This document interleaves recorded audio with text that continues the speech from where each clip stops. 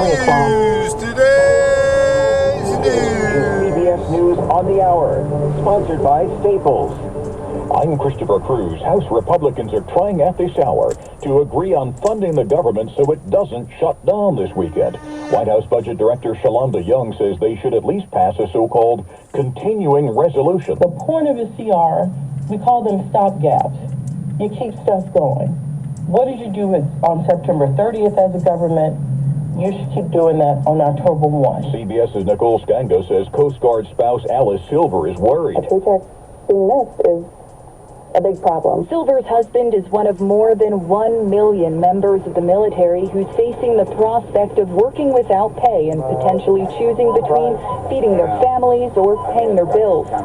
She had a message for members of Congress who will still be receiving paychecks during the shutdown. Make a decision, get their stuff together and think about us real people who have real problems and real bills to pay.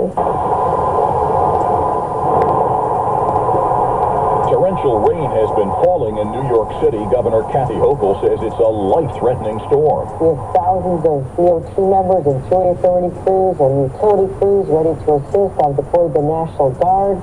I've declared a state of emergency that'll help me be able to deploy resources more quickly. California Senator Dianne Feinstein died today in Washington. She was 90. Majority Leader Chuck Schumer. We lost a giant in the Senate. Senator Dianne Feinstein was one of the most amazing people who ever graced the Senate, who ever graced the country. 7,000 more auto workers walked off the job today. WWJ's Jeff Gilbert says one of the automakers, however, is now pushing back. An expanded strike, says Ford CEO Jim Farley, could mean 325 to 500,000 layoffs among auto suppliers.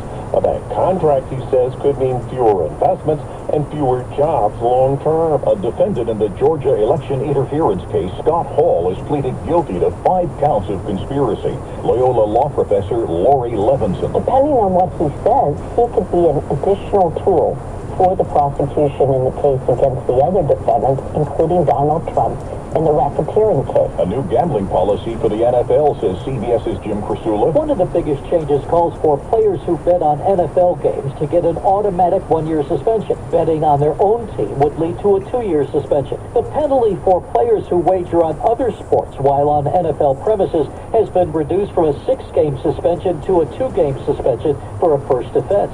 Wall Street, the Dow closed out 159 points. This is CBS News.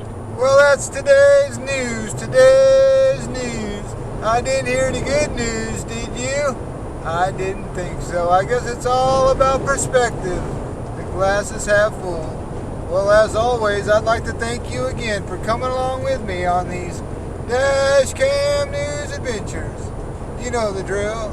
Peace, love, and all that hippie jazz. Bye-bye, everybody.